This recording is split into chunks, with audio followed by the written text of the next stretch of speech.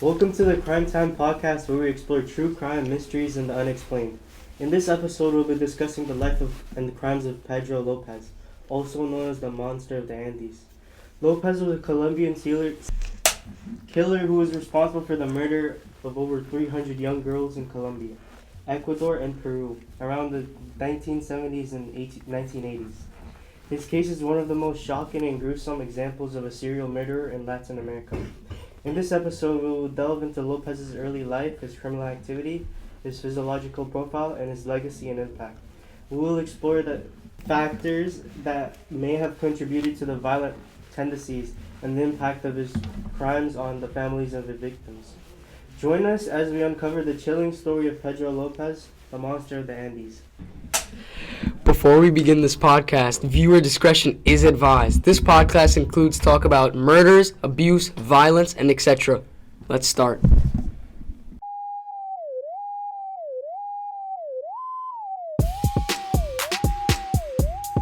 Crime Squad!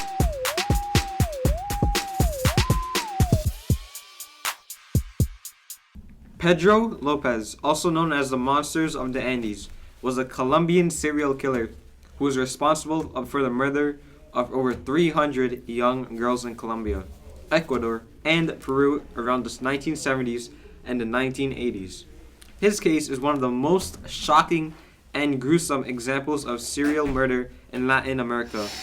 In this essay, we will explore Pedro Lopez's early life, his criminal activity, his psychology profile, and his legacy. Pedro Lopez was born on October 8, 1948, in Santa Isabel, Colombia. His father, Medardo Reyes, was a member of the country's right-wing party who was killed in La Violencia, the armed conflict of the era that would have repercussions for years to come. Lopez's mother, Belinda, was 3 months pregnant with her son at the time of death. Pedro, who was reportedly the seventh child among 13 siblings, was polite as a boy and wanted to be a teacher according to his mother. However, his life took an unexpected turn when his mother discovered him fondling his sister at age 9. He was actually thrown out of his home because of that.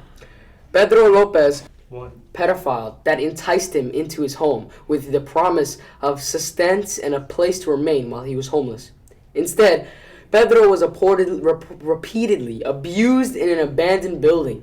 After this incident, Pedro joined a street gang of children to protect himself from further harassment. The gang would commit petty crimes and use a cocaine derivative.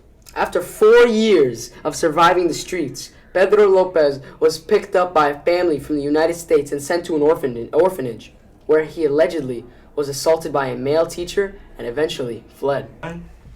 At 18, Pedro Lopez began stealing automobiles and selling them to cheap shops. Police captured and imprisoned him. Lopez was viciously abused by 3 prisoners in jail. In response, Lopez made a weapon and murdered all 3 of his rapists, one with his own hands. The Colombian legal system only added 2 years to Lopez's sentence since the murders were self-defense, so he claims. After his release, Pedro Lopez began his killing spree. He targeted mostly young girls in Colombia, Ecuador, and Peru. It is believed that he murdered more than 300 young girls around the 1970s and the 1980s. His methods of killing and disposal of bodies were gruesome. He would lure young girls into the jungle, abuse them, and then strangle them to their death. He would then bury their bodies in shallow graves.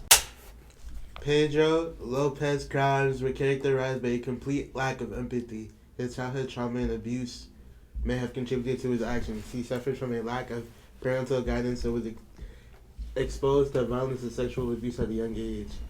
Lopez's experiences with abuse and violence in prison may have contributed to his violent tendencies. His lack of empathy and disregard for human life is a common trait among serial killers.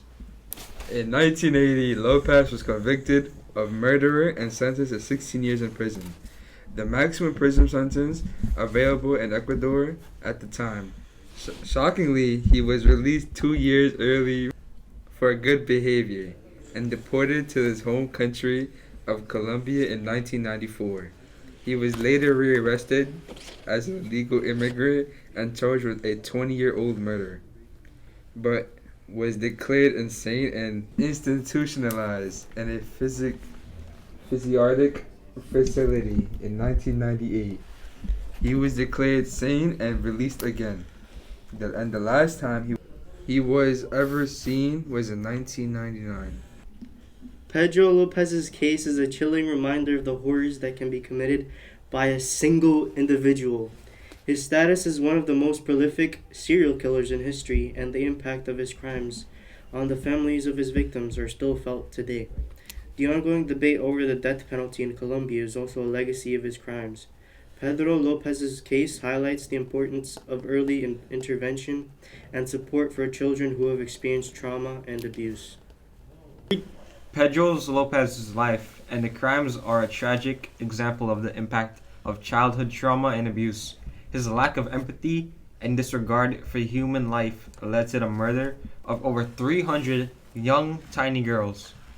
His legacy and impact are felt by the families of the victims and our ongoing debate over the death penalty in Colombia.